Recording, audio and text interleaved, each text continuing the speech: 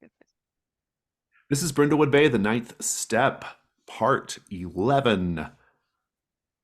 There's really nothing to recap. We're kind of seeing our Mavens back in Brindlewood Bay. I think the last session, the Hex Files Sweep Sweep Mystery, was in the summer, and now we are kind of like in the late summer transitioning to the fall again. So we're almost a year from when the campaign started in terms of game in fiction time, anyway.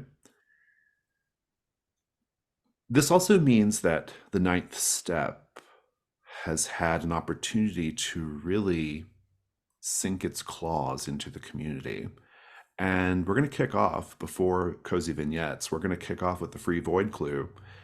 I would like for you each to tell me the ways in which the ninth step self help new age group has really become kind of an obsession for big parts of Brindlewood Bay.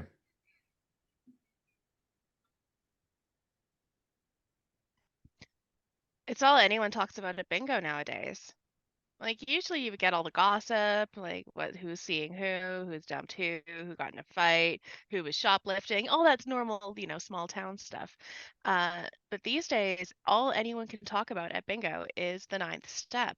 And oh, I'm on this step, and oh, did you get to this lesson? It was an amazing lesson. It really changed my life. That sort of thing. And quite honestly, Doll's annoyed.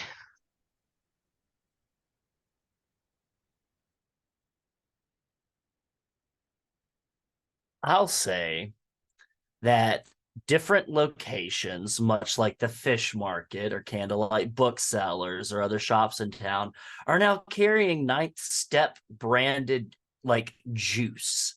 And it's not even like green juice that you like normal, like holistic healing self-help places. It's just this weird, like kind of green, just kind of like briny colored juice that they're saying it's supposed to be a cleanser, a detoxer, that kind of thing. There are more and more booths and stands opening on street corners, popular tourist destinations, where members of the Ninth Step hand out pamphlets, and they have t-shirts and just little informational graphics on display. And it's no longer just a matter of, oh, this is catching the eye of the tourists who are here for the season. It is like locals who have been there their whole lives and usually scowl at everything the tourists are doing are also nose deep in pamphlets, reading things with great interest, and it's spreading to all corners of life. I love it. I need to be reminded of something. Alice, what was the name of your little podcast again? Oh yeah. I got Oh, it Small right Town here. Big Crime. That's right. Yeah. Small town, big crime. That's right. Well, That's right. I love it. Yeah. Okay. Let's start with Cozy Vignettes. The opening credits are playing. It's been a number of weeks since your trip out to True Crime Con or Whodunit Con. And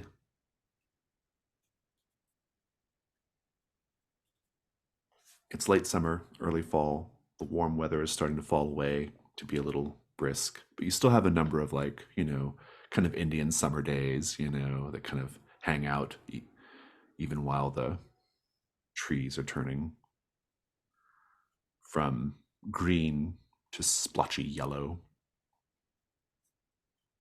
Let's see your Maven enjoying her life in Brindlewood Bay. Don't forget A Shadow in the Garden. We see Muriel walking along the cliffs north of Brindlewood Bay, admiring the lovely weather, clouds in the sky, blue overhead, a light breeze tousling her tartan garments. She's carrying a wicker basket in the crook of one arm, enjoying a lovely stroll, the scenic cliffside view of Brindlewood Bay in the background. There are joggers out and about, cyclists. She makes sure to make a rude gesture to every cyclist that passes by. and occasionally stops to, admire some flowers or a particular patch of moss or algae on a rock, and just really admiring nature and the things that grow here. And, she stops by a patch of mushrooms that have sprouted along some freshly churned soil. And she's admiring them, kind of like looking at them, trying to discern which ones are. You can tell that like the gears in her brain are turning, like what type is this? And she plucks a few and looks at them like and puts them in her basket, wraps some of the more potentially dangerous ones up in a little cloth just so she doesn't get a rash or something. And she just seems a little contented. And a cyclist rips by and knocks her ass over tea kettle into the dirt and soil, crushing some of the mushrooms, and she just kind of has to get up, and we don't hear her, but she's shaking her fist and yelling after the cyclist. And as she kind of stomps off screen, the camera lingers on the patch of soil with all the mushrooms, and we can see that there is a exposed in the air cheekbone, open mouth, a few teeth, as more roots and mushrooms begin to slowly push their way out of the soil to drag it deeper underground.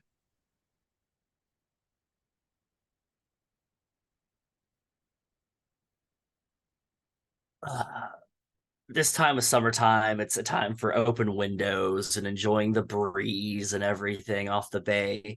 And we see Alice just coming back from a run, and then climbing up the steps to her home, and then stopping, and then walking back down them backwards, and then starts counting and realizing that there's exactly 9 steps leading up to her house, which is something that she hadn't realized before.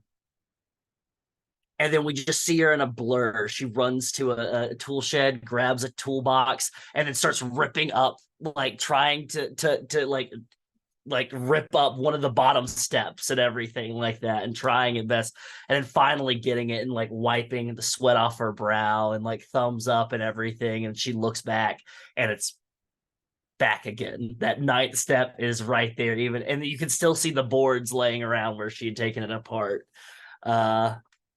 And just has a twitch in her eye. She stares at it.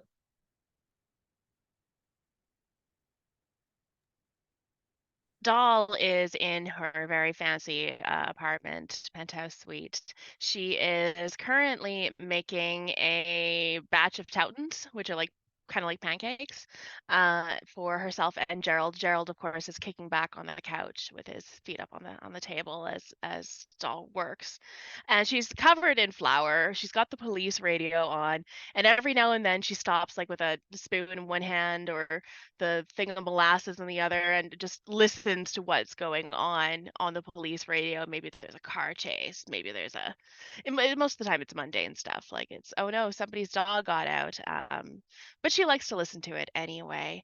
As she is cooking and working around the kitchen, making herself some breakfast for her and Gerald, we notice, not Doll, not Gerald, the windows of this high up apartment. I mean, there's not a lot of skyscrapers in Brindlewood Bay, but this one is quite high. We see water, waves crashing against the window, dark black waves with a white sudsy overlay as they smash on the window and curdle. It's like the entire town is being flooded and drowning. But when Doll goes to open the window to let that beautiful breeze in, there's no waves at all. It's just regular old Brindlewood Bay. Our mystery for today is called The Long Dark Tea Time of the Soulless. It is a complexity 7 whenever it starts. But for now, the Coles, Ava and Phoenix, are a couple newly arrived in Brindlewood Bay who abandoned their vague but presumably lucrative careers in New York to move to the quaint seaside town. They have renovated an old farmhouse from when the property was Stockton Farm on the edge of town, opening it as Snowdrop House, Brindlewood Bay's newest bed and breakfast. You are all visiting Snowdrop House to sample what the Coles boast is the finest afternoon tea in all of Brindlewood Bay. Tea is served in the parlor. Let's paint the scene. A fire crackles cheerfully in the hearth, heating the room to a drowsy fug. The room has been furnished in fussy Victorian gentility. But what in the room jars with this image or hints at the less genteel past of the farmhouse? There's a very severe portrait hanging on the wall of the person who built this farmhouse, of the people who originally owned it. And it's not done up in any sort of pretty way that you would normally associate with sort of Victorian gentility. It's harsh. The colors are harsh, the lines are harsh. The owner, this farmer, he's looking down on everybody in the parlor with these really judgy, mean eyes. It's just a strange, strange portrait to have hanging in a beautiful little room like this.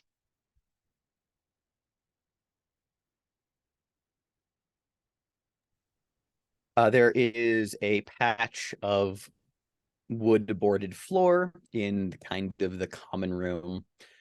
There's a lot of cozy furniture about, but if one were to really examine the floor, it is very rustic. It is not, varnished and ornamental. This is clearly the floor of a farmhouse that used to reside here. It looks nice, does suit the aesthetic, but there is a spot that if one were to examine a little too closely, the wood is a little warped, a little twisted, bent, almost suggesting that one may have pried up the floorboards many years ago to put something beneath it. And if one looked even closer, they might even see old maroon stains beneath the floorboards.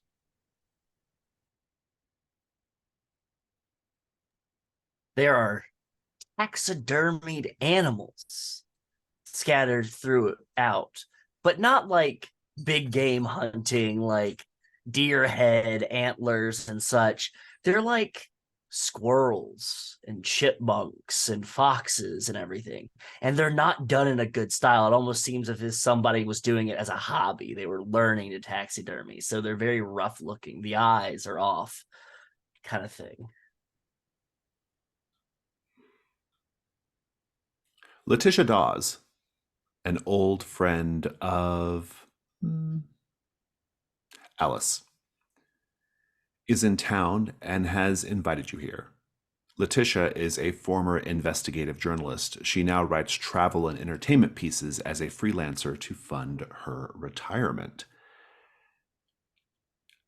Alice, in her younger years, Letitia was a hard-hitting, hard-living journalist. You were close friends back in the day, though life eventually drew you apart. What was the big story you helped her break, and in what way did you raise hell together that might surprise people who know you now? Okay, so in our travels, me and Trooper, we would go back and forth, and sometimes we'd split up for stories. And with Letitia, I helped her break the story on the 8 Mile Miller, which was a murderer in the 8 Mile in neighborhood of Detroit, who would mill people, essentially grind them down. And so we were able to track and figure out the movements of the 8 Mile Miller and find out that it was actually three separate people. But during that time, Detroit is a fun town. A lot of people kind of put to it. They're like, oh, it's bad. It's decrepit. It's dying and everything. It's on the rise again. You should go check out Detroit. It's a fantastic place. But it's known for wild late night bars. And also it was a car town. It's a car industry town. So there's a lot of drag racing and a lot of like car shows and things that of that nature. So Letitia and Alice would frequent car shows often and would convince attractive young men with muscle cars to take them driving late at night and everything, and get up to trouble of sorts. What was the big story, though? Oh, the big story. Okay. So with the 8 Mile Miller, everything, finding out that it was three separate people, we found out that the three separate people were actually all siblings that were separated at birth, and they were just spread throughout the city in like different adoption, like orphanage. Like one was from an orphanage, one was adopted by a very wealthy family, and the other one was just picked up on the side of the street by somebody and lived. And something drew them together. This whole nature, and them not even knowing that they were related. They found out that they were related when we solved the crime of the 8 Mile Miller, and they didn't even know that they were committing the same murder. It was just three people committing the same types of murders, and they thought they just had copycats of themselves. But no, it was wild stuff.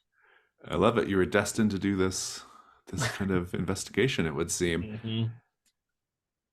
So she's here to catch up with you. She's in town to catch up, old times. She heard about this place and wanted to meet you all here. She hasn't arrived yet, though.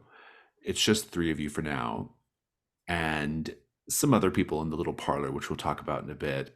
When she does finally arrive, though, you can't miss her. I think she pulls up in this like huge, like rumbling old, like classic car, like a Christine type car, some big, like big fucking Plymouth, right? And she rolls up in it, and I think she's getting her bags out, and you see this young man who you all know, he's a local named Percy Underwood. He's there working in the B&B, and he's like, he hollers out the door, just 1 minute, 1 minute. And he runs to the back, is gone for like about 45 seconds, comes back wearing a red bellhop outfit like you would get at a hotel. It looks totally out of place here. And he runs out to help Ms. Dawes with her suitcases. And she comes in, and she sees you all in the dining room, and she waves, and she knows the three of you from knowing Alice, but Alice, of course, is her good friend. And so she's coming in, and she's like, hey, and she's coming to give you a hug and all this other stuff. And she's like, wow, this is a nice place. Oh yeah, it's quaint. It's got a bit of a charm to it. It's nothing like you're probably used to on your travels and everything. It's nothing like, a Venetian parlor or maybe a villa in the Tuscany region. Things like that.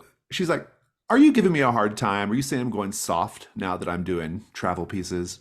Look, I'm just saying that at one point you were over here comparing finger sizes of people, and those fingers were not connected to hands anymore. And now you're doing a breakdown on what kind of sea urchin cuisine you can have in different regions of Japan. I'm just saying. Sea urchin is really delicious, though. Oh yeah, I'm sure. I'm sure you keep that thrill seeking by eating sea urchin. I know it's poisonous if it's not prepared. If it's not prepared correctly, it'll kill you. It'll kill you. Right. Muriel, doll, hello. And she hugs all around. Oh, I see we're hugging. All right, okay. Oh, I love hugs. I don't understand what Muriel's talking about. I'm a hugger. She's like, Muriel, I actually just got back from Scotland a few weeks ago. Oh, whereabouts in Scotland were you, dearie? She's like, oh, all over. The moors, the Highlands. Indeed. Scotland. All right. And she sits down. They're getting her, bags and stuff. And I think one of the proprietors of the establishment, Ms. Cole, Ava Cole, she comes over. She is porcelain perfect, very like expensive, conservative, kind of flared Christian Dior silhouette, dress. Like she stepped out of the 1940s. And she comes over and she says, Ms. Dawes, we're so happy to have you here. I do hope that you will find your stay at Snowdrop House to be very comfortable and relaxing, and that the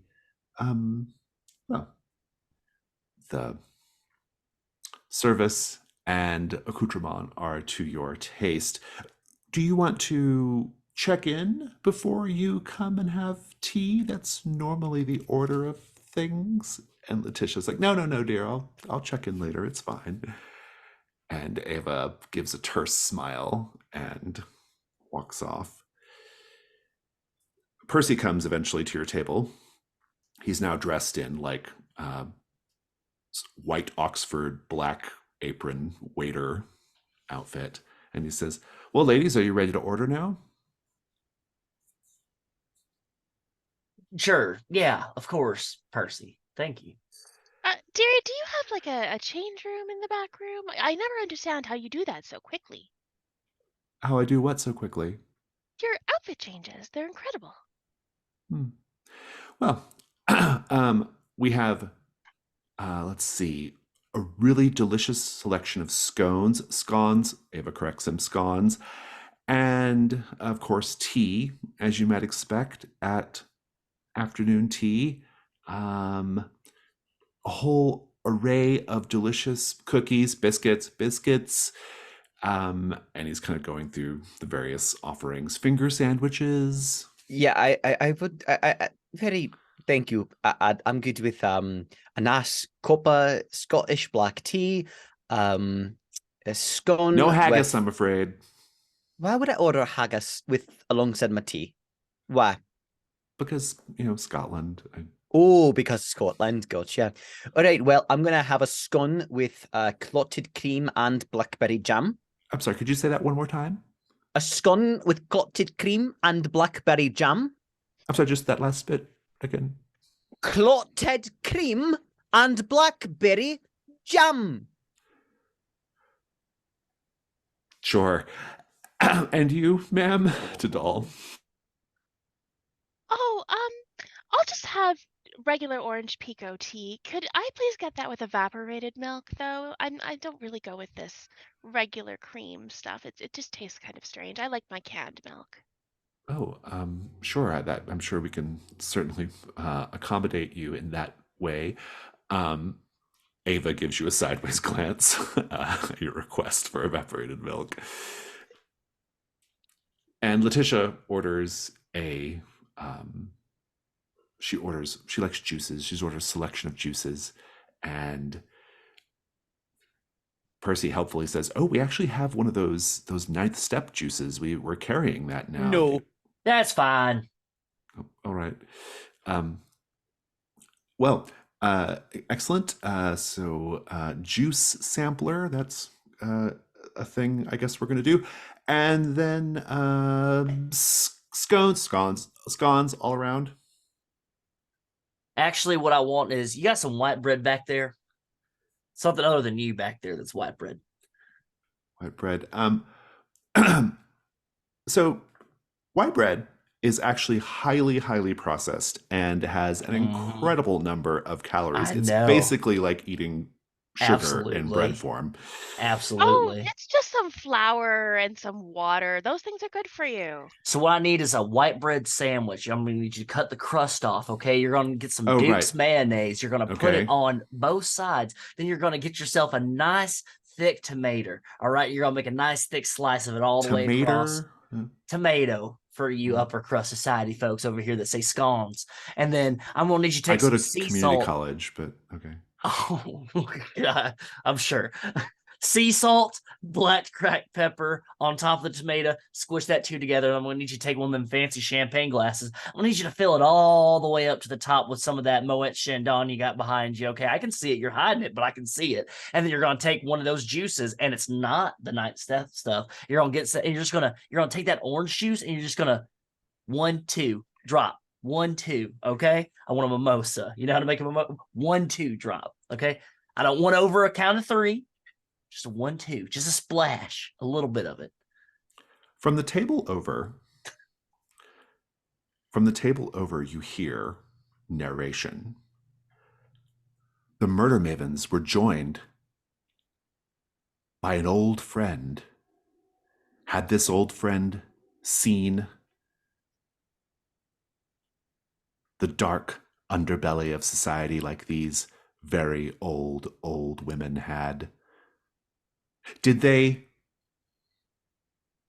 all come together Was there some sort of dark cosmic confluence that put them together this day? Or was this just a relaxing afternoon? In Brindlewood Bay, you can never be too sure. Death is always around the corner. I'm Laura Sanchez, Oh. and this is Small Town, Big Crime. Alice. The last host of Small Town, Big Crime was jaywalking in New York City and got hit by a car, thereby ironically dying in a big town because of their small crime. And you met Laura Sanchez at the panel at WhoDoneItCon and offered her the job of the new host of Small Town Big Crime. You did not know she was going to become a regular transplant in Brindlewood Bay, your sort of own personal Greek chorus narrating the Murder Maven's various goings on. But here she is. She has agreed to take a separate table at your insistence. And then she clicks stop on the recorder. And she says to Percy, I would love a scone. And Percy goes to get her one. Okay, at this point, I've got to admit it to you, ladies.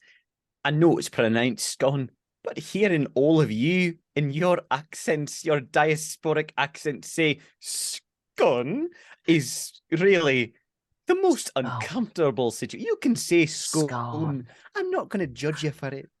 Please say scone for my sake. Hey, Muriel. Scone. Oh, Alice, you are a lighthouse against the tempest of bullshittery. Click.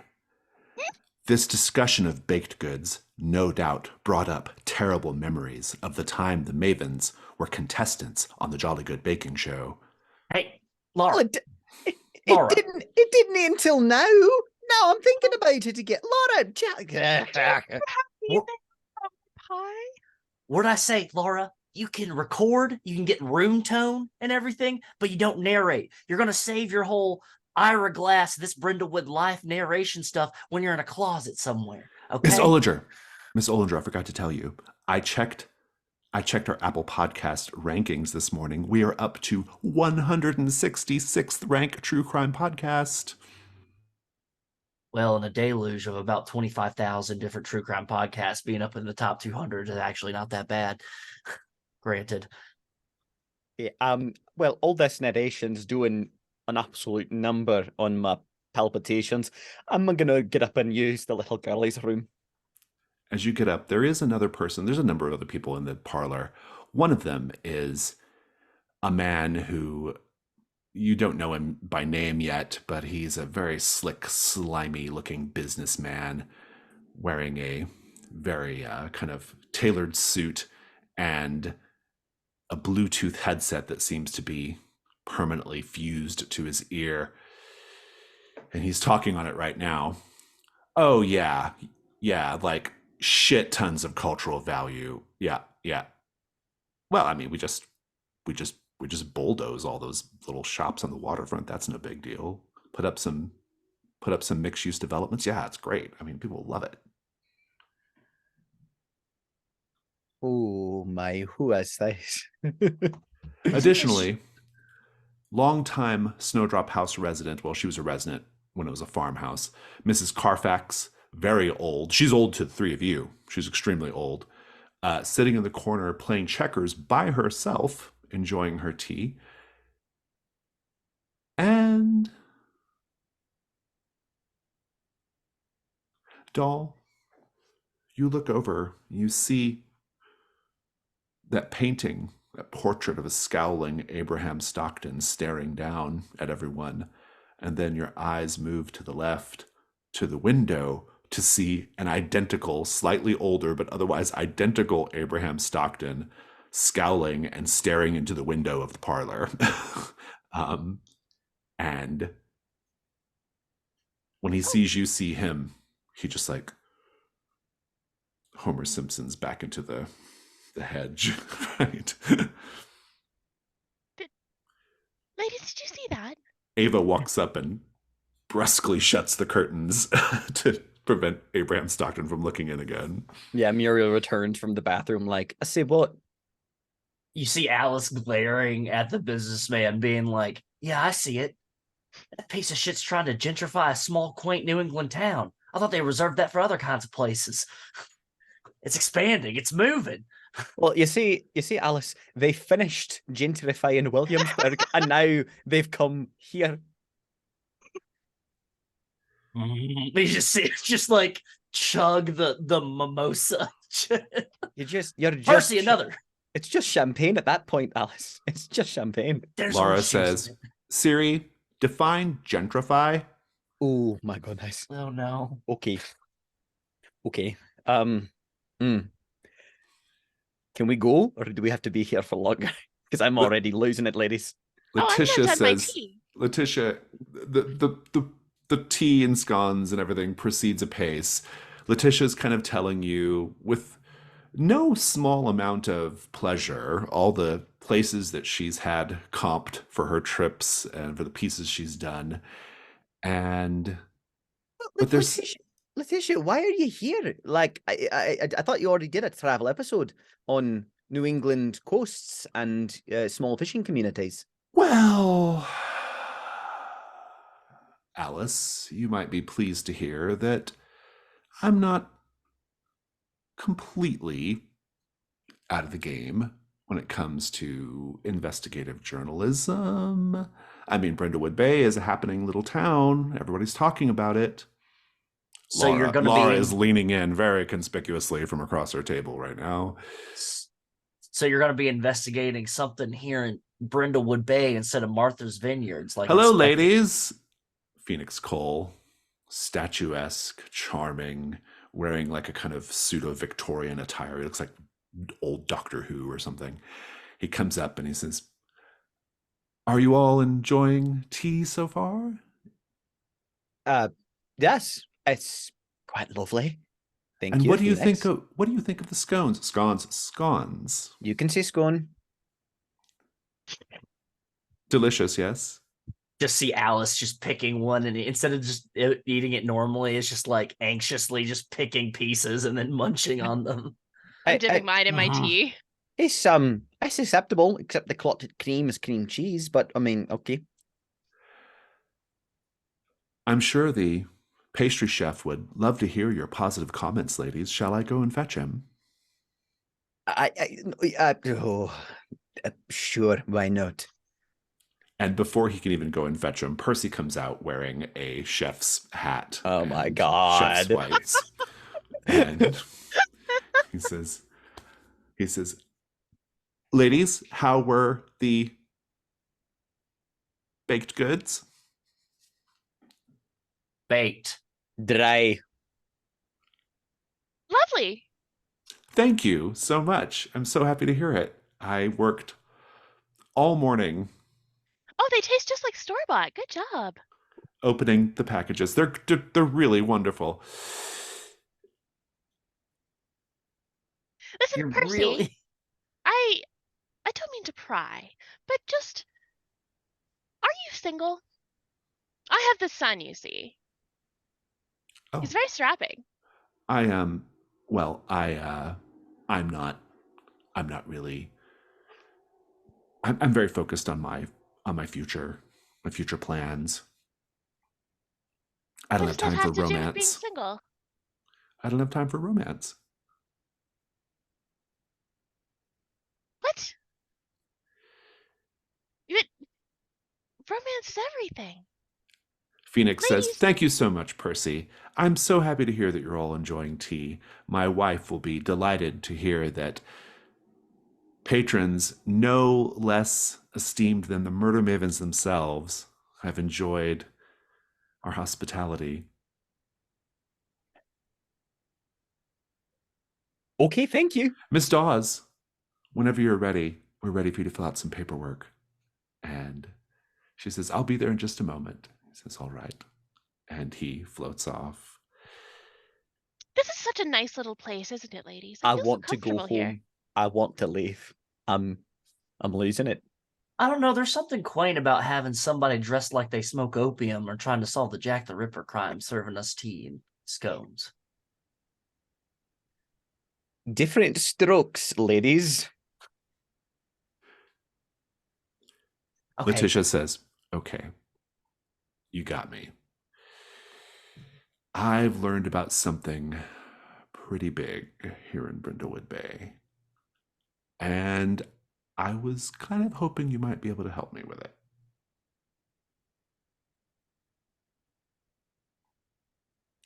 Go ahead. So, a few weeks ago,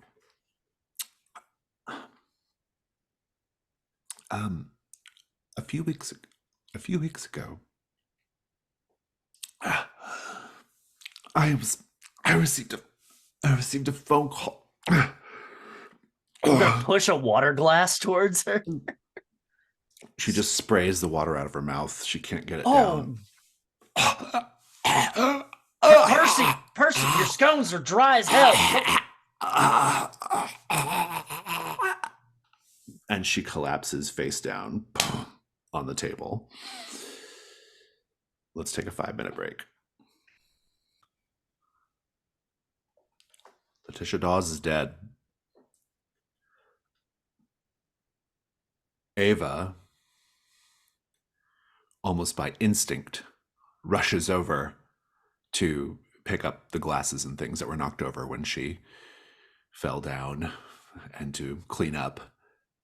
Phoenix dramatically, like, oh my goodness, Mrs. Dawes or Ms. Dawes, and he like collapses to his knee. Don't touch her. Don't touch her. He's And Alice is going to get up and like try to like maneuver, kind of like lay her down and like so she's not like facing like a bunch of dry scones and everything like that. Don't touch anything. And I'm not going to look at Ava like, don't touch any of the glasses. Ava looks at the spilled, some sort of red juice, and she says, I fear that red stain is not going to come out of that tablecloth. All right. Nobody call the sheriff's department. And Percy, who is back in waiter's whites, he says, too late. And you see Deputy Brett Anderson standing in the doorway of the parlor. He's a big guy. He definitely, well, the thing is, he's very buff. He's very helpful. He's dressed in a well-kept uniform that is one size too small. And he is normally on beach cop duty. It's unclear why he's here right now. And he's like, did I step into the middle of something? Seems like everyone's a little on edge. Yeah, somebody just died. And I don't see any supple shoulders for you to rub sunscreen into. So what are you doing around here? The businessman is like, yeah, I mean, there's something. Yes, I don't know. I heard something about like I think someone died here in this dining room or parlor. Sorry, whatever. I mean, yeah. I mean, murder house tours are really popular. That's definitely something we can. That's definitely something Muriel's going to do. Get up, stomp over this guy, rip out his Bluetooth, and stomp on it. He's like, "Hey, what gives?" Shut up! I just walk away. He like goes into his pocket and he has another Bluetooth.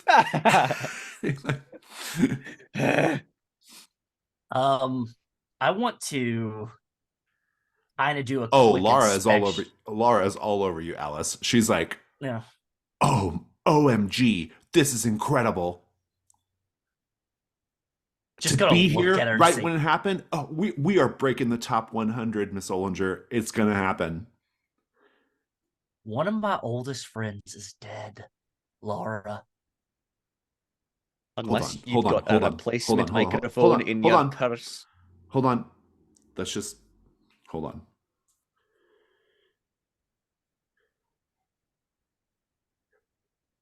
the old woman, her face a topographical map of wrinkles and crags.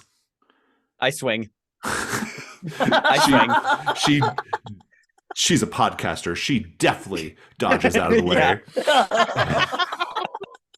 She was doing TikTok sidewalk interviews before she was doing podcasts, so she absolutely knows how to dodge a punch. Yeah, and she 100% knows how to dodge a punch, and she's like, "Okay, this is great. I'm just saying this is really great." I mean, not the death, obviously, but like, you know, lemons and lemonade and all that, you know. Laura, can you utilize your expertise to start asking people where they were and what they were doing the past 10 minutes when Letitia got here? You know, utilizing that podcaster brain and seeing if you can find connections so we can respectfully figure out what happened. That's really good. That's great. Yeah. I love it. Yeah. It's so good to have an elder mentor like you, Ms. Ollinger. Alice. So that you can pass on your knowledge to the next generation. It's great. I think you should talk to Mr. Businessman first. He seems very interested in what's going on. Right, will do. And you can hear her in the background. Would you mind signing a release form really quickly? Great, thank you so much. So good. The Nice Bluetooth. ways. I like that. I didn't think people were still using Bluetooth, but I guess you're what, Gen X, right? Okay, cool. Meanwhile, Doll, what are you doing? I don't understand why everyone thinks this is a murder. She just choked. It's very sad though. And I think I'm kind of leaning over her body, maybe like opening up her mouth to see if I could see down her throat to see what she choked on. Deputy I'm pretty Brett. sure it was a scone. Deputy Brett comes over and he's like, I don't think you should be doing that, Ms. Ryan. Excuse me? I don't think you're Thank you supposed for to you. like I'm Brett Anderson. You know me. No, I know who you are. I mean, who are you in this context? You Well, I weren't think asked to come and help. Well, I'm here. Good. It's lucky I was here, right? Is it lucky? Well, someone has to take control of the situation, and I suppose We're doing it should it. be me. No. What No, makes you Brett. think you should take control of this situation, Brett, because you're a man? No, because I'm a deputy. A deputy man? Is Percy here? And Percy, he goes, and Deputy Brett goes to the back, leaving you with the body. He's made no phone calls so far. Am I in hell? I truly believe I'm in hell. Have I died? Did I not make it back? Ava says, well, shouldn't we call the authorities, real authorities? No. The authorities are here, Ava. Deputy Brett's here. Everything's going to be fine. Deputy Brett is always here, Ms. Ollinger. He has a little thing for young Mr. Underwood. Oh. All right, okay. I'm not okay. Let me try putting it like this for the sake of maybe we can all be on the same level of understanding. Let me ask you this, Ava.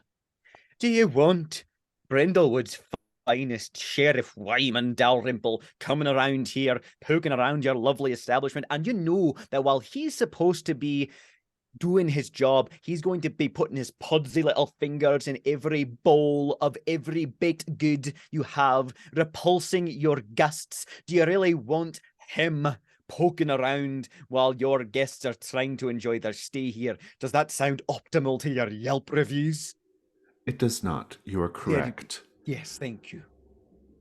I actually am something of an admirer of the work that you ladies do, and I would be very grateful if you would look into what happened to poor Ms. Dawes, and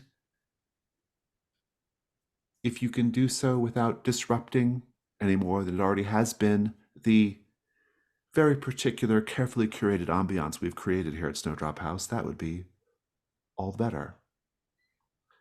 I, at the very least, would be happy to. Splendid. So, should we move the body somewhere less conspicuous, or?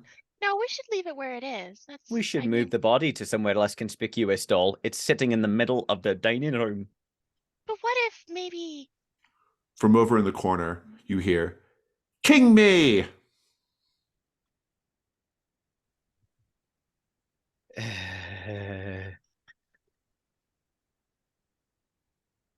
Yeah, let's move her away from the checkers game. Do you have an empty room? Why don't we take her? Well, I was about to say to the back. Maybe we could. Well, Is there and a place that's colder, like a basement? Phoenix says, "Why don't we go ahead and just take her to the office?" And he goes and gets Deputy Brett, pulls Deputy Brett away from Percy in the back, and they carry Letitia's body to the office. What are the three of you doing right now? I think Muriel needs to go outside. Needs to go outside and like get some fresh air because she's losing it. Alice can't not think about the juice sampler and everything like that. So Alice is gonna make her way back to like the kitchen area, that kind of thing. Indeed. Doll? I am opening up my little flip phone and I'm going to give Gerald a call. Because if anybody knows how to tell the difference between someone having choked to death and somebody being poisoned, it'll probably be Gerald. Probably. Let's cut over to. Let's go to the back.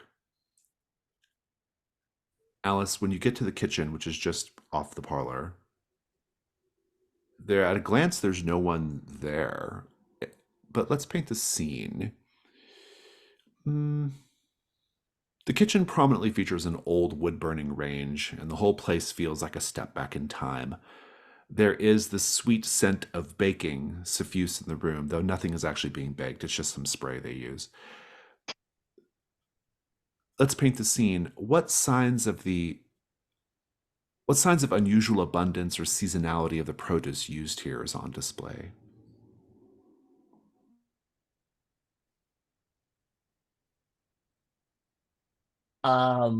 This is something that's always fun. Especially because it's a place where people don't cook.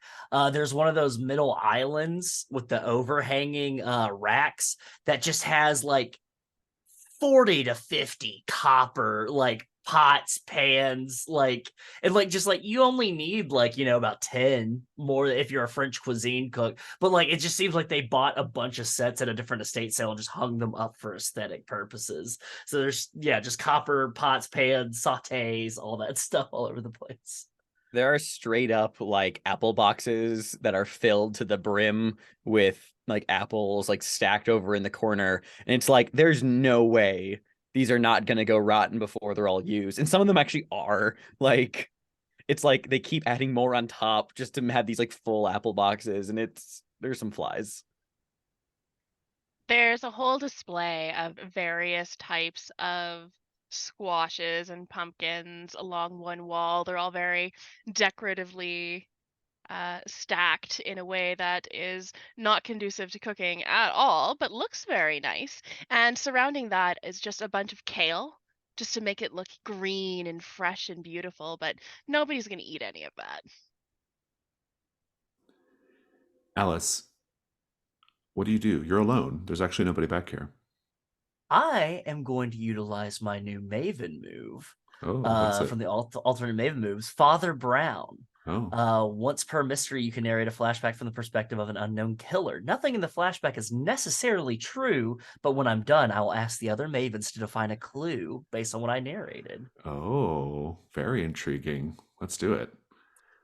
So I think when Alice walks in and is scanning and seeing all that overabundance, the camera does one of those those rotating pans where you can just see the entire room. And like we start by seeing Alice and it comes back around and Alice is gone. And it seems just by how the light it's shifted to earlier in the day. And we see a shadow move across the wall menacingly. And you see there are arrangements of glass bottles that have different various color liquids in them, juices. And then you see one of the ninth step ones. And you see a hand, and it's a gloved hand. It's like a white gloved hand that carefully gets one of the cups and then out of a pocket pulls a tincture and puts 1, 2, 3 drops, puts the tincture back in the bottle, and then takes the white gloved and wraps it, like wipes it around the rim of the glass, and then takes the glove and then puts it somewhere unseen, and then just adjusts the glasses so they look perfectly how Percy laid them out. And then the camera pans back around. We see Alice looking around the room. I have What's a the wild clue? idea for a clue, actually. I got this from the Hex Files. I have a poisonous concoction like in my my cozy little place. Can the clue be that it's gone? I lose that item, and like someone clearly nicked my poisonous tincture from my bag. Yeah, it's your choice. I mean, Yeah, it's I'm up throwing to that you to, and like, Amanda. So well, yeah, that's what I'm saying. Yeah, Yeah, that to sounds fun. Amanda. I like that. That sounds Yeah. dramatic. I just Yeah. like, ooh, And just like one more thing that oh, will piss please. Muriel off, which I Yeah. like. That's Great. that's the clue. I like it. Very All good. right, I'll remove it from Whoever my wants to note cozy little that. place. Perfect. Alice, there's a little pantry in the kitchen, and you hear something coming from the other side of the pantry door. Some kind of, it sounds like a struggle. Something being knocked around or moved around. Something going on in there. What do you do? Alice grabs the camera from her big capacious handbag and slowly creeps. And she's been attacked. She's been kidnapped before. She's not taking any chances. Now she's got the drop on something going on, and she's gonna rip the door open and then have the high flash on, and then take a picture to try to stun somebody and try to take control of the situation. What's going in there? It's Percy. He is awkwardly trying to shimmer into a pair of tweed pants, and he is actually wearing a whole like Sherlock Holmes like hunting cap, cloak get up. And he says, "Oh, Miss Ollinger." Percy, what in the devil's taint are you doing in there? He lifts up a magnifying glass and he says, "The game's afoot, Miss Ollinger. But also, I was hiding from Brett." Why were you hiding from Brett? Because he won't leave me alone. He won't leave you alone. Percy, are you a naturally perceptive person? He leans in the magnifying glass and says, Okay. "I like to think so." Are you big on picking up social cues? Well, what are you trying to say? I never want to put myself in other people's business, Percy. That's just not who I am. Puts the camera back in the overly oversized, capacious handbag, and goes, "And you've been involved in a number of like murder investigations, but sure, go ahead." And more like thrusted into the middle of them. But have you noticed something about Brett? well, he's a nice guy, but I don't really like I don't like him like that. You don't like him like that, okay. Well, do you No. think it's odd that maybe like Brett, he comes here almost every single day, apparently, to come and visit you, say hello and everything like that? Well, yeah, I mean, I know what he wants, Okay. and I don't And want to you're give not it to into him. it? No, I'm not. Okay. That's why I'm Have you hiding in the closet. But have you also, I'm told changing him into that? this. Well, I'm generally speaking a low confrontation kind of personality. Not really my thing. Mm-hmm. Mm-hmm. Percy, how about this? Would you like to help out the murder mavens with the mystery? And he holds up the magnifying glass to his eye again, straightens his hunting cap, and says, "Oh, would I?" Okay. Let's make a deal. All right. You ever seen that show, or are you too young for it? I'm pretty sure they did a reboot, but okay, yeah, go ahead. Okay. Yeah. I Let's didn't make know a there deal. was is there another one? Or... Yes. Okay. Wait, that's the one where everybody dresses up in costumes, right?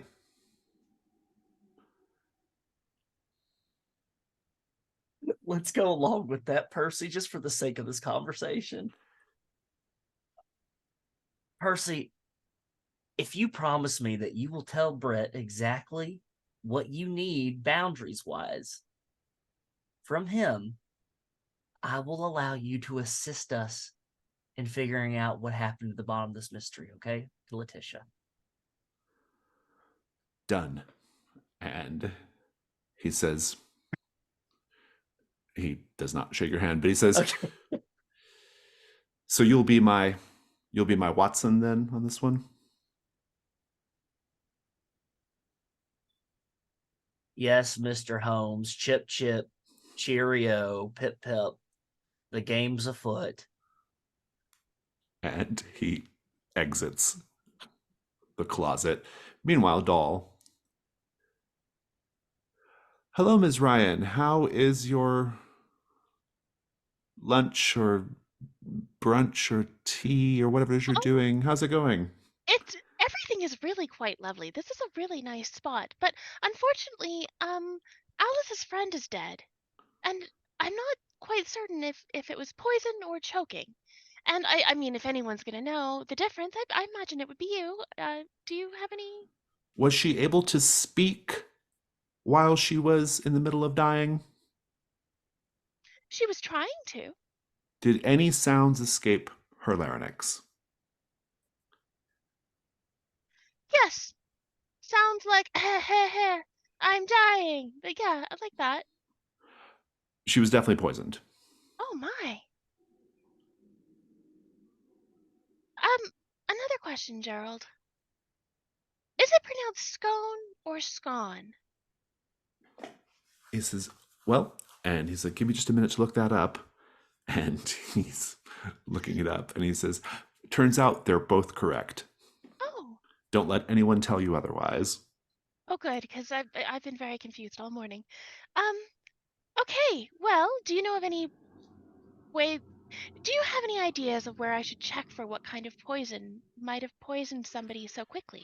You're probably going to want to look at whatever, if she consumed any liquids prior to the poisoning, drinking something, tea, coffee perhaps, if the place served a lovely pureed soup, maybe. Oh, that's where I would start. Oh, Gerald, thank you so much. You're always such a help. You're always such a dear. I did get a call earlier about how masseuse coming up to see you later. About that. So I know that your little excursion has been interrupted by another murder, apparently, but I want to just confirm that you still don't expect to be back home until well after 4 o'clock, correct? I mean, I think so. Yes, that seems quite correct. Do you have a... Let's shoot for well after 4 o'clock, okay? Okay, what about 5? Does 5 work for you? 5 works great for me. Thank you. That would be awesome. Lovely. Fantastic. All right. Wonderful. Have a nice rest of your day, Gerald. I will indeed, Ms. Ryan. Who's the assistant and who's the employer here? I don't know what you mean, Alice. Muriel McGregor. Muriel McGregor. Oh, you don't even... if I turn around and see you, he's yelling mood. I'm not in the mood. It's not. Oh, thank God. I turn around. It's Abraham Stockton. Oh, Mr. Stockton. Sorry about that. You sounded like someone else I knew. Did I? Are you sure you didn't just hear the echoes coming from the earth? I work this land for over 30 years, Muriel McGregor. My family worked this land for 5 generations before me. My father worked this land. My grandfather worked this land. My great-grandfather worked this land. My great-great-grandfather and grandmother worked this land. She was a very hard-working woman. God bless her soul. God bless her. How old is Abraham, by the way? Probably about Isaiah's age. Gotcha. So, is that similar to where we think Muriel is? Roundabouts, Okay, yeah. cool. Yeah. And like Muriel holds up a hand and says, Mr. Stockton, you're preaching to the choir. I was a farm girl myself. I understand your plight. I really do. Similar fate befell my family's holdings as well. First, let me say then, I'm very sorry for your frustrations. I warned those Coles. You warned them. I warned them. This place is cursed. What do you mean, cursed? I mean what I mean. I mean what I say. It's cursed. Okay. Death. Well, Ms. McGregor. aye. Death. Aye. And now Okay. look. I'm looking. Death. I see it. Literally death. Look, Mr. Stockton, may I call you Abraham? Yes. You may call me Muriel. Okay? How about this? I as well am repulsed and losing my mind on what's going on inside there. Would you be all right with the idea of escorting me around your fine grounds and we can talk all about this nonsensical nattering and we can complain on equal footing and discuss the lovelier aspects of your rural life? He agrees. You can make the meddling move with presence to see if you learn anything from him. Goodness, am I still marked by Lucario Montez? Now let's talk about these things. Let's go through because it's been a little bit of time has passed. Yeah. I think, Doll, you can clear both of your conditions because they're so specific to hex files. Muriel, you can also clear. You can probably clear repulsed and marked by Lucario. Okay. And Alice, you can clear fish out of water. Cool. All right. Let's so have that die roll. Yeah, meddling move plus presence. What the hell? I recently unmarked all of my items on in advance. I'm gonna offer Abraham Stockton a swig from my Scottish peaty scotch, and let us talk. Indeed. Go for it. Roll with advantage. That is an 11. An 11. We'll come back to this. So where do we begin, Miss Ollinger? All right. So it's clear that Letitia was either poisoned or maybe something. It wasn't just a natural kind of death, or it might have been natural. It might have been an aneurysm. That's what we have to find out, if there's any signs of foul play, any sort of murder weapon, or anything that looks odd that was just laying about here that's not normally around here. Now, Percy, you are somebody that knows this house, this bed and breakfast very well, right? Yes.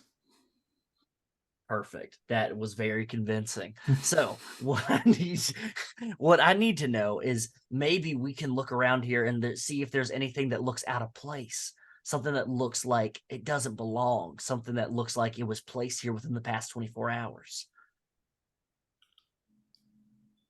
Got it. And he will be doing this. He says, okay, okay, great. Yes, let's do that. And he holds his magnifying glass up. He's looking around. So tell me, Percy, how have things been here in the bed and breakfast? How are, are things going well? Or let's just say, are the Coles treating you right? Do the meddling move with presence. Mm-hmm. Okie dokie, artichoke. Okay. That is an 8. You'll get your clue, but before you get your clue, Laura Sanchez comes into the back with her recording equipment, and she says, okay, Ms. Ollinger, where do we begin? There's two of them. Okay, Laura. Have you interviewed everybody out front yet? That's such a good idea. No. Oh my god.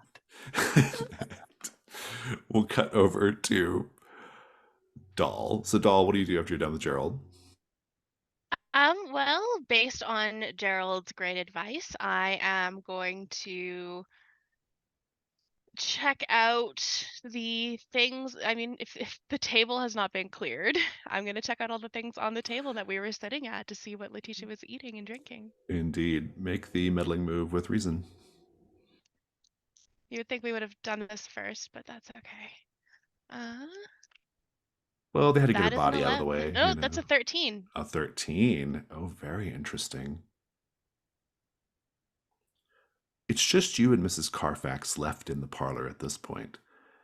The businessman, who's called Damien Swallows, has gone back up to his room. He's staying here at the bed and breakfast. Ava and Phoenix are dealing with Body in the office. Percy and Laura, of course, are mystery machining it with Alice. And Abraham Stockton, and we don't know where Deputy Brett went, but he's probably in the office as well. Abraham Stockton's outside. It's just you and Mrs. Carfax. And she's playing her checkers. And she says, just quite suddenly, "What's that, dear? What did you say?" Oh, me? Miss Carfax, I didn't say anything. "Oh, I thought I heard something." And she looks over at the fire. There's this crackling fire going in the parlor. And she says, "Now, that wasn't a very nice thing to say at all." I look over at the fire. "Why would you want to go and say a thing like that?" I look at Miss Carfax. The fire's just crackling. Miss Carfax, are you well? Are you okay? "Yes, dear. Of course I am. I've lived at Stockton Farm for over 20 years, you know. I know this place like the back of my hand. And sometimes it speaks to me like it's doing Like, right now." And she looks at the fire. "I would like what's for it you to make the saying? day move. What do you afraid is going to happen if you lose your nerve?" Afraid Miss Carfax will get mad at me. Okay. Go ahead and roll with That's composure. all I can think of. Composure. That's a 12. These are the Very best rolls I've nice. ever done. Let me give you your clue that you're owed from last time. You find her glass. She was drinking pomegranate juice from it. And there is a sticky green residue at the bottom of the pomegranate juice glass, more or less confirming the previous clue.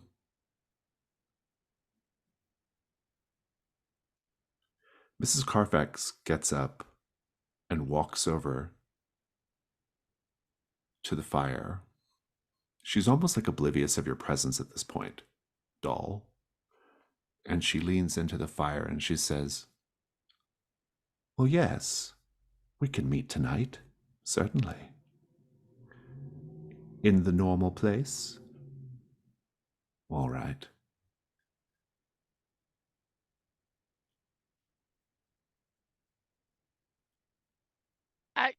I put my ear up to like a wall to see if maybe she's hearing the house talking. You put your ear up to the wall And you just hear words whispered, maybe from the fire, maybe from the wall.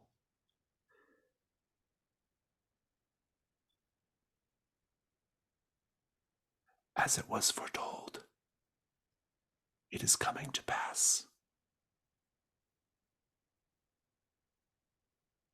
Oh my goodness. This house is sentient. Mrs. Carfax smiles. She says, "No, dear. It's just old memories from a very old place."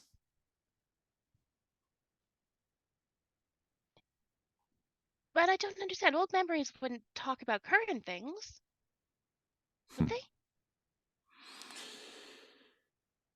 What are memories in the great circle of time, if not augurs of what is to come?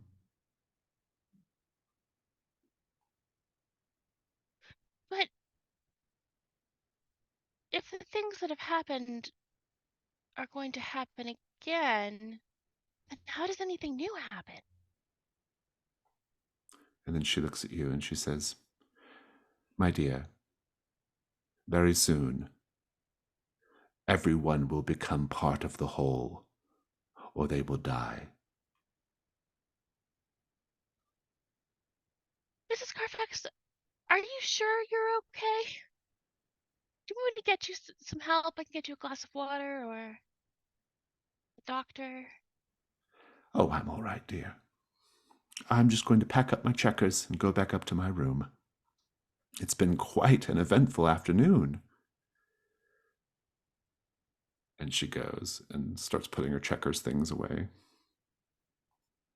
I'm gonna go inspect the fire to see if there was maybe somebody in there that she was talking to, like hiding it in.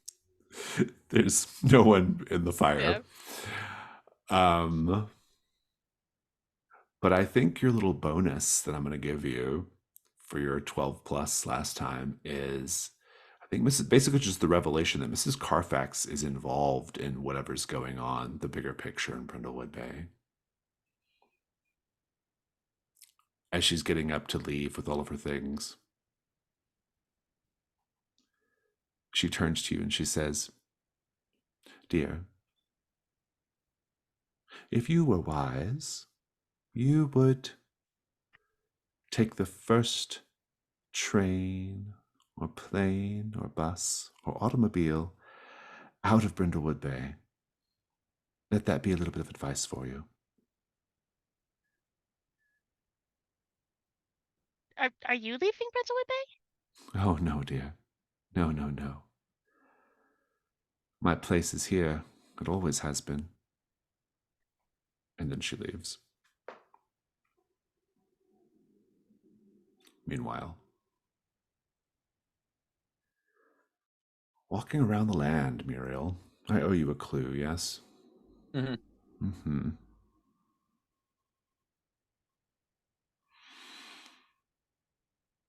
He says,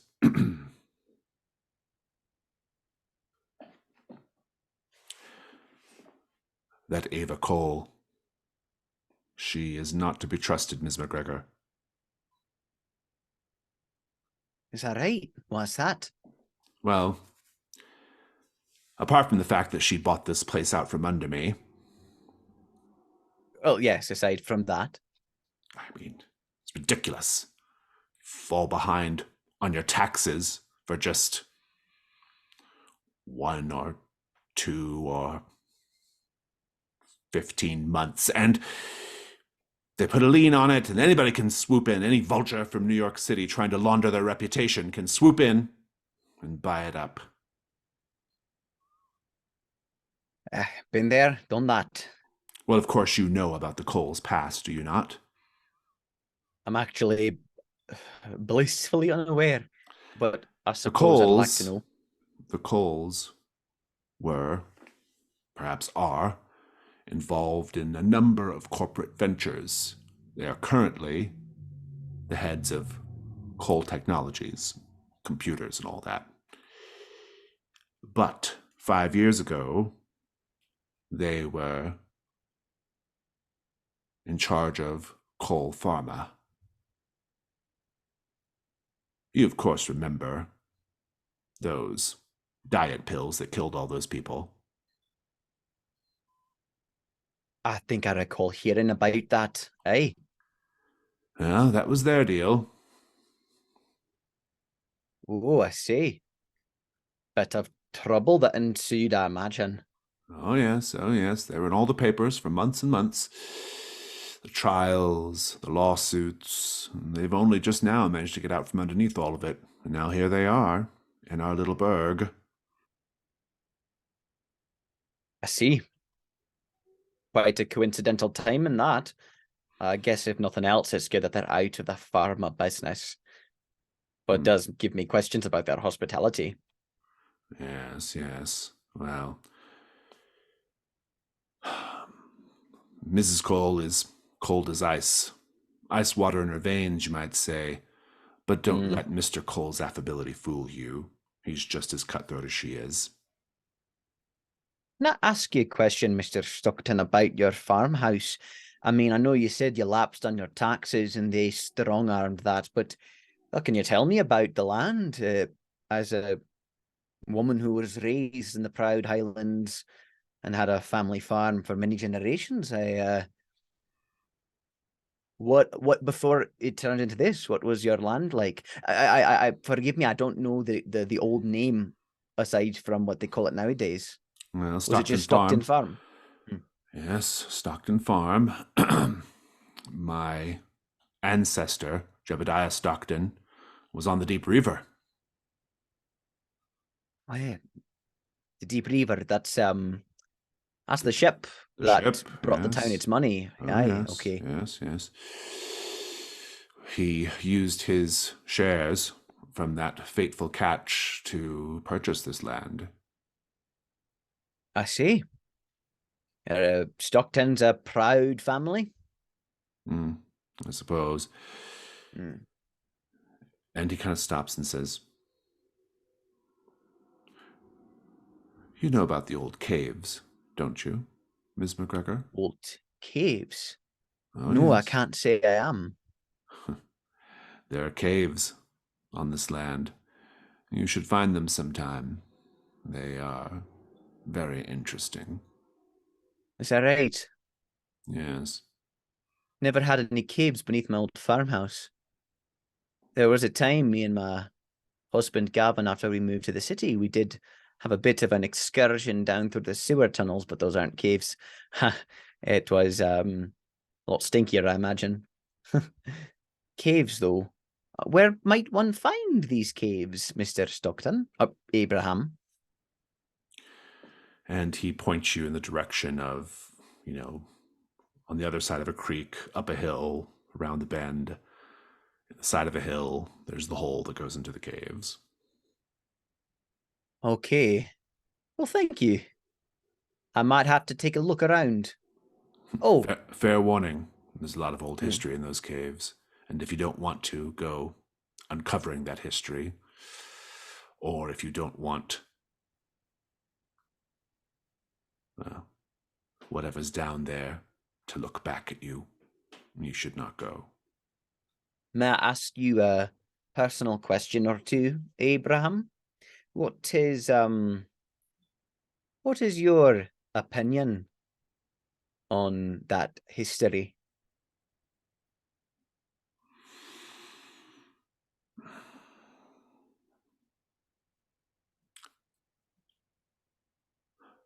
I always knew I was going to be the last Stockton. I would never sire any pups. It was told to me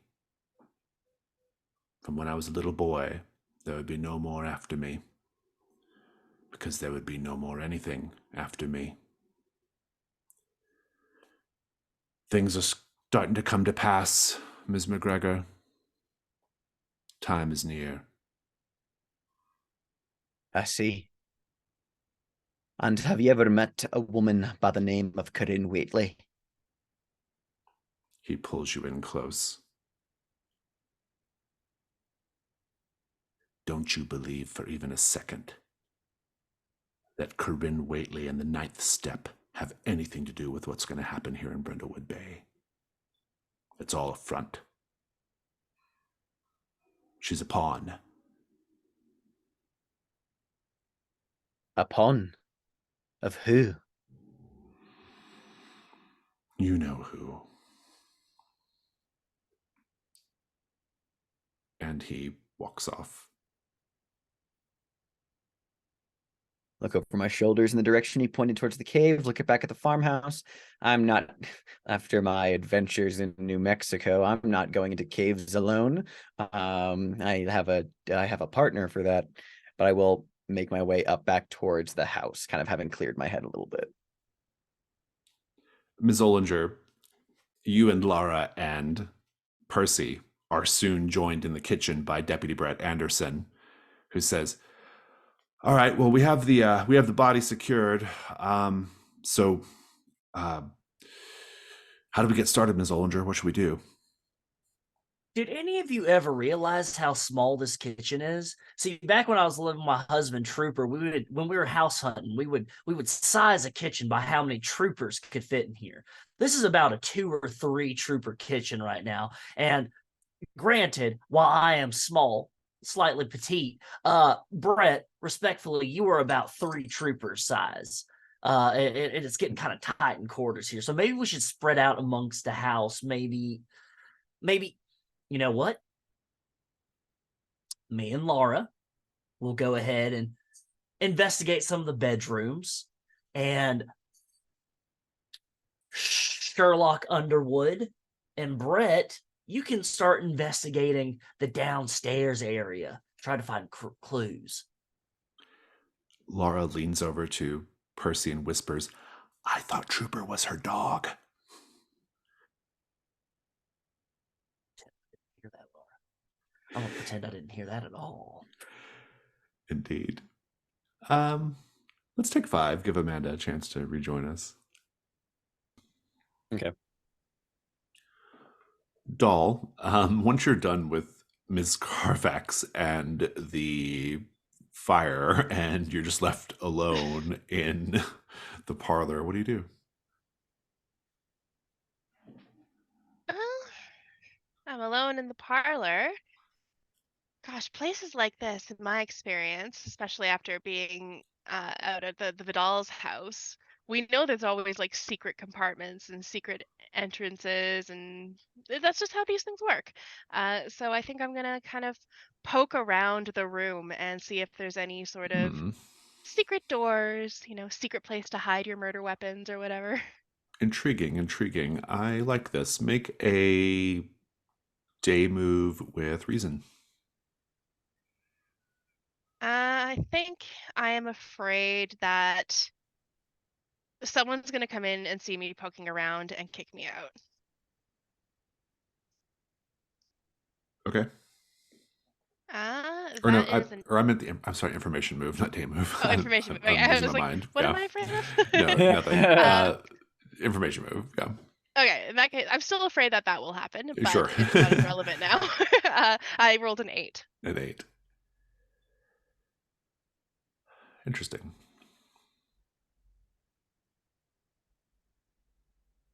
You find a lever. A candelabra is affixed to a shelf. It does not slide off. In fact, it can be pulled down. And a portion of the wall slides open. It slides open. And there's just a dark hallway.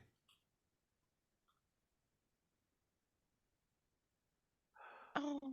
A dark hallway. And then we cut away.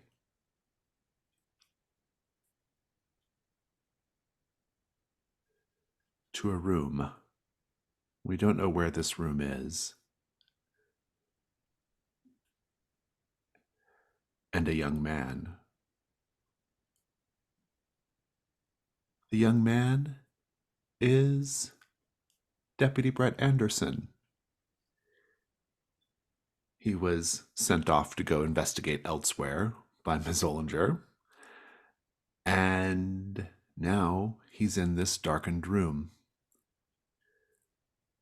on his hands and knees, his eyes wide with growing terror. Mrs. Carfax circles him slowly, deliberately, wrapping a rope around his kneeling form.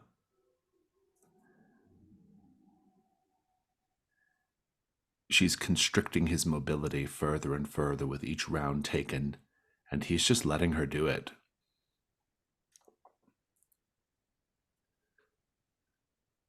And then she stops and holds a woven basket out in front of her while repeating over and over.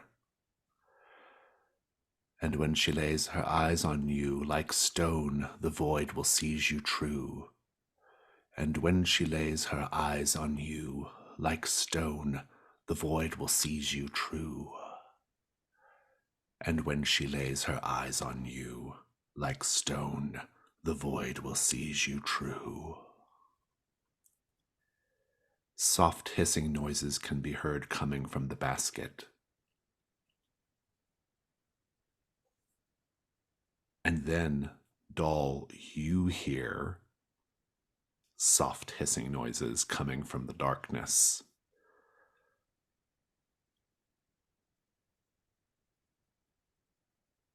We cut away. Deputy Brett lets out a silent scream and just freezes.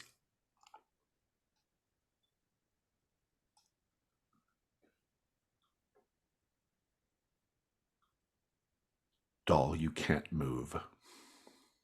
You are just standing there. Unless you make the night move right now. What are you afraid is going to happen if you fail? Whatever is in there in the dark, whatever is making that horrible hissing noise, it's going to come for me. It's going to get me, and I won't be able to run from it. It's worse than that. It will get you, and we will never see you again. Do roll with sensitivity.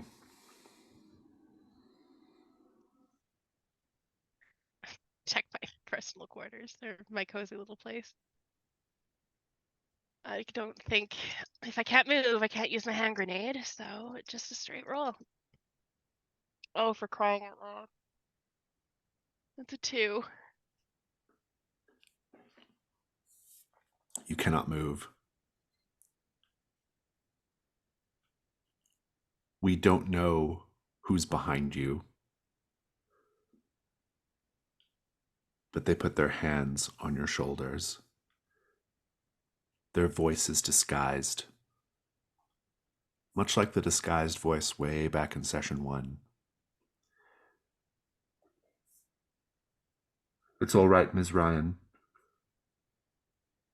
You aren't going to feel a thing. And we just see you being pushed into the darkness. And the wall closes back up. The candelabra slides back into place. And in our cutaway scene, Deputy Brett Anderson is sprawled out dead on the floor.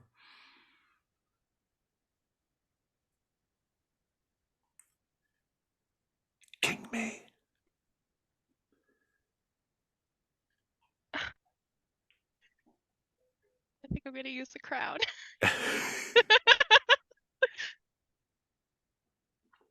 Very well. Terrifying way to go. I'm just going to mark Crown of the Void, the chariot. You can feel some kind of power coming over you, doll. There's something in the darkness that is trying to, you can feel it trying to, it's like it's trying to cause your muscles to stiffen. It's as if you were given like a really powerful sedative all of a sudden. And as you resist, the hissing in the darkness gets louder and louder. But you manage to eventually take a step forward if you wish. You're taking a condition, stiff limbs, but otherwise, what do you do in the scene? I'm thinking back to when I crawled into that scary hole in that diner. during the Hex Files, and how it was frightening, but I managed to do it. I had Gerald with me on the phone, and that was very helpful. I don't have him right now, but I have Gerald on the phone in my heart. So I step into this darkness, slowly and hesitantly, but I do take that step. Alice, you and Laura are upstairs where the rooms are. She says, "This is so exciting, Ms. Ollinger." I'm sure this is a dream come true for you. Do you have anything to say to all of our Facebook Live viewers? She holds up her phone. Wait, you're live streaming this right now? I I'm so proud that you know what that is. Yes, I am live streaming this right now. All right, I'm gonna hold up a hand real quick, but you can still hear her voice saying, "Just because I'm old doesn't mean I'm out of touch." All right, Laura. Okay. Everyone wants us to go into that room. I put up a poll between the 3 rooms, and it was all agreed that the Caribbean room was the one we should start in. Well, who am I to speak against the voice of the Vox Populi? You know. Siri, please define.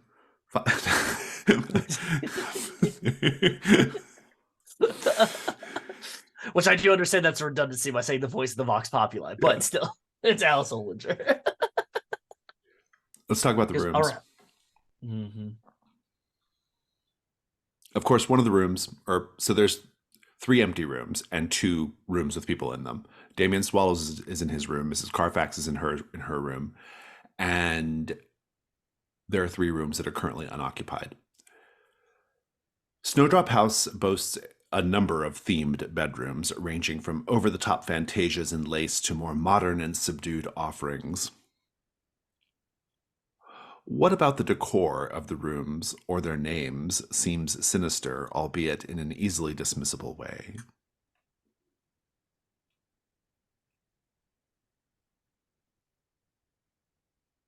There is. Let's get a bit weird here. Weird West. How about that?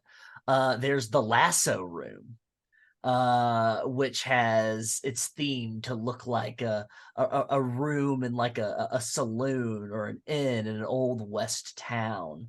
And there's a number of lassos hanging up on the wall that are not quite secure. And then there is a chandelier type that's over the bed that is a series of like deer antlers woven together with all their points sticking out, that if it fell, it would be quite a mess. I love it. Anybody else? There's another room, the Victorian room, and it's very decadent. It's got this very plush, dark green carpet. The walls are a dark purple. Everything looks sort of velvety, and the fabrics are all very fancy. On one wall, there's a very strange mirror. It's large and ornate.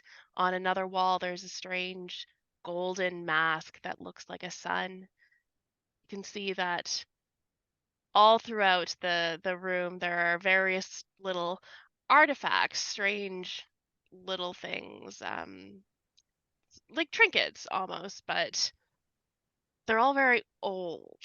There's a strange old camera. There's, things that don't really fit in, but you wouldn't really notice unless you took a really good look at them, how strange they are.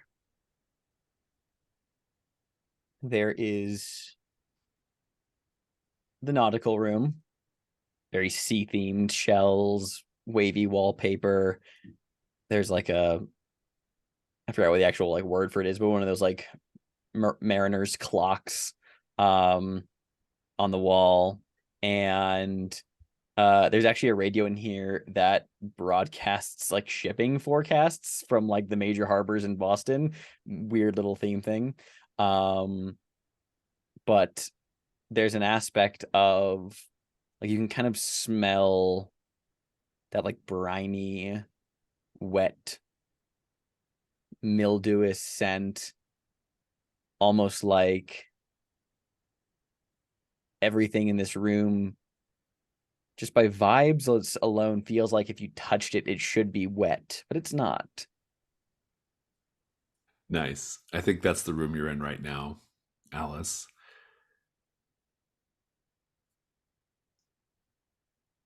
Laura says, "Oh, this place is rank."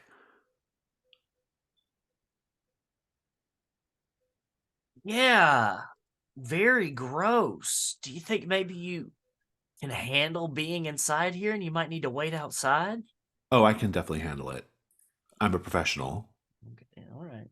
Okay, you say so. She comes in. This apparently was Letitia's room. You can see her bags, although they're not unpacked or anything because she had just arrived. But she says, "I bet we can find a clue in those." Okay. Yeah. You you check the closet, I'll check the bags, okay? Okay. All right, guys, we're going to take a look at the closets now. She's moving the phone over to the closets. She also has a recorder in her hand as well. She's doing double duty here. I took several tentative steps toward the closet. What if the killer was hiding in there? This was the victim's room, after all. But I fought through my fear. I fought through the building's sense of terror. Because it was more important that we get to the bottom of what happened to... What was her name again? Letitia Dawes. Letitia. It was so important to find out what happened to Letitia Dawes.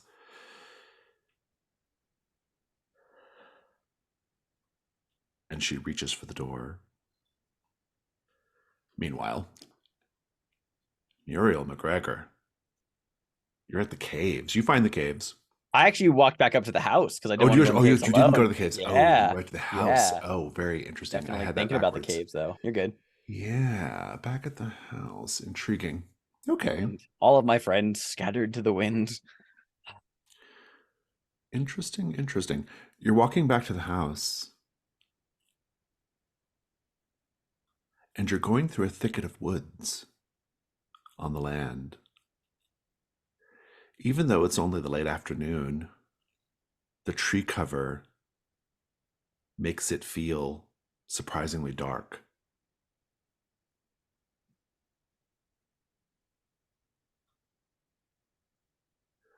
Somewhere else, a robed figure walks through a forest, perhaps this forest. Semi-dried leaves rustling beneath their feet. As if beckoned, they stop, look up, and begin to inspect the area around them. Eventually, they kneel to expose a patch of forest ground. From the inside of their robes, they take a single large fang.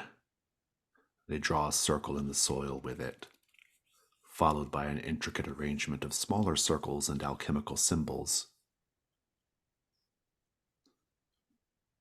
They reach into their robe again and produce a good handful of something soft wrapped in paper. It is a piece of raw red meat, and they place it in the middle of this circle, but only after taking a bloody bite themselves. A third time, their hand vanishes inside the robe, and they pull out a piece of tartan.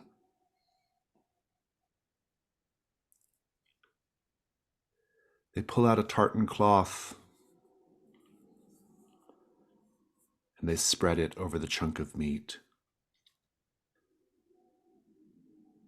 And then we hear the growling and snarling and panting of wild dogs all around. Indeed, Muriel, you hear the growling and snarling and panting of wild dogs closing in. What do you do?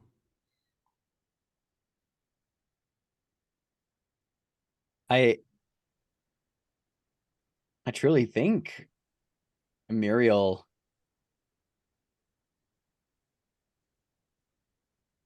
looks around for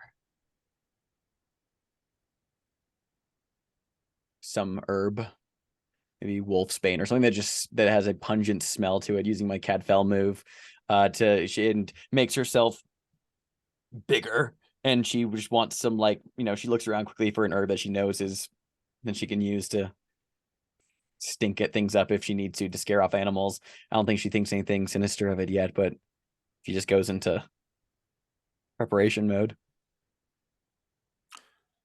Doll. The dark hall ends in a secret room, a tiny room, barely large enough for a small fireplace and a few wingback chairs. Let's paint the scene, everyone. How do we know this is a secret meeting place of the midwives of the Fragrant Void?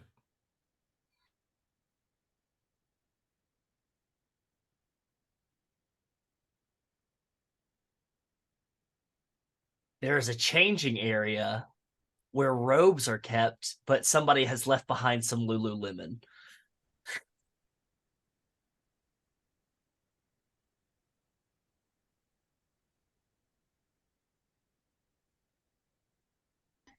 There is a table that would normally have like a coffee canister for people to have coffee. Instead, it is stacked with various kinds of health juices and cleanse items, and of course, protein powder.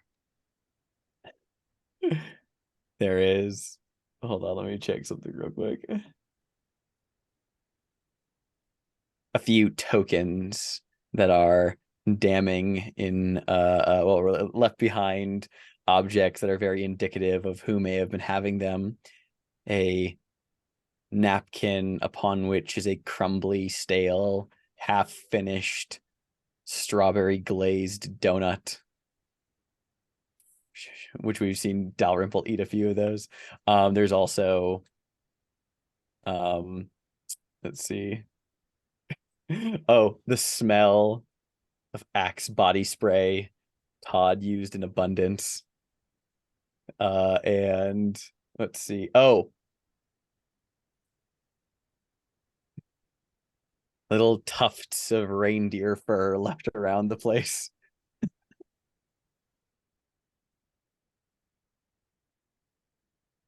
Doll, there's someone sitting in one of the wingback chairs. It's Trooper. He says, "We don't know each other, Ms. Ryan." Oh, we don't. I'm sorry. Am I intruding? Just strange little room, and thought I would take a peek. Have a seat. We have a lot to discuss. Oh, I'm sorry. And I Do think we'll end there for today. Let's go to end of session. You did not solve a mystery yet, but Doll, did you share your wisdom with a young person? no. Did you show someone that you've, quote, still got it? I don't think so. I think it was almost the opposite. Muriel, did you secretly undermine the authority of a local official? Did I? I mean, I did say, not secretly. I don't know if you don't call secretly this- did it. Yeah. Yeah, Well, I don't know if did. you I mean, secretly- I did like pull her aside and be like, consider not, because he'll make your guests Oh, that's uncomfortable. true. Oh, yeah, I'll take Yeah. that. Yeah, I'll take that. Did you share a memory of a late family member? I did. Very Talked good. about Gavin. Alice, did you dote on someone? I would say so. Yeah. With Percy especially. Did you share a memory of a late family member of Trooper? You did. I did. Though he may not be as late as previously thought. I'll still give you the XP. This is my last advance. Oh my gosh. Hmm. I'm Ooh, exciting. I know. Stars and wishes. Whoever wants to go, take it away. Yeah, stars for sure. I love seeing sendings being used against us now. This is very fun having one of my favorite additions from the old rules was how the pre-scripted scenes of the sendings being activated by the midwives. So I'm very happy to see those now coming into effect. They're very cool. I'm very scared for us. Yeah, definite star all around. Just general the interactions at the very beginning of the scene. A lot of great stuff. This is one of the first times where I feel like we had a really great leading up to the murder, because we normally we never really get to interact with the victim very much. There have been a couple exceptions, mainly with Paul from the Bake Off, but getting to have this whole sequence conversation with Letitia was really great. And also this in general, the session has been it felt very a lot of elements of our campaign have culminated in the overall tone, the atmosphere of where this mystery is starting. It really does begin to feel more like a conspiracy this session, especially as we're walking around and dealing with the aftermath of our return. So that's kind of like a star for Jason as well, because that's been really kind of a great hook into things. Man, Doll is in danger. But also Doll's unflappable, nothing is really weird to her until someone points out that something's weird to her. Harkening back last session when Rosemary had to point out things that were very blatantly obvious. We're just walking into a dark room. Oh, I'm sorry, I clearly walked in on something. No, Doll. I continue to love how blind she is. Yeah, Alice's interactions with Letitia were very fun. And in general, I just like getting to see Alice in her element. Being followed around by Lara is hilarious. And just being narrated everywhere we go is so good. Wishes. I can't wait to see how we're gonna get Rosemary over here. And I'm nervous. I'm very nervous because we're at 11 void clues. So I'm excited to see, I guess, what more sendings are coming our way. But there's You're actually at 12 void clues. Are we? Yeah, because Doll got one in the parlor. Oh, we're even in more danger. I guess, yeah, the big wish is the implication from Abraham Stockton that Corinne Waitley's only a pawn in things. I'm like, ooh, because she's been the big baddie the whole time. I'm excited for kind of what that might entail. Stars, another great, fantastic phone conversation with Gerald. Always looking forward to the moments of Gerald that we have. Also, I love seeing as more as the game progresses, how much more irritable Muriel is at things, which is like she is irritable, but it seems like, especially since the very first episode, things are starting to get to her more and more, and you're playing that off very well. And then, yeah, trooper jump scare at the end. I typed it in the chat, but is this allowed? Is this illegal? Are you allowed to do this? I'm going to have to come to terms with this within the coming weeks. So, I mean, who knows if it's fantastic. actually trooper, right? Who knows? Yeah. Who knows? Who's to say? But regardless, a direct attack. But yeah, wish. I wish with all my might that we get out of this Clue style adventure with something that rhymes with might. But yeah, no, I really enjoy it because it does feel like it's a bed and breakfast, but it does kind of feel like the film Clue a little bit, how we have it set up with especially now that we have all the a lot of the side characters helping out with the investigation. So, and just the little hijinks of the narrating and live streaming at the same time. It's very, very cool, very clever. I'm loving it. Yeah, my stars are very similar. The initial interactions at the beginning of the mystery were so funny. Muriel woke up with violence in her heart, even more so than usual, and it was so incredible to watch. Just her get more and more and more angry at things. That was a lot of fun. I liked all the NPCs. They were really fun and interesting and different, and it made the whole thing feel really like rich, I think. It just feels like a very rich scenario that we are in.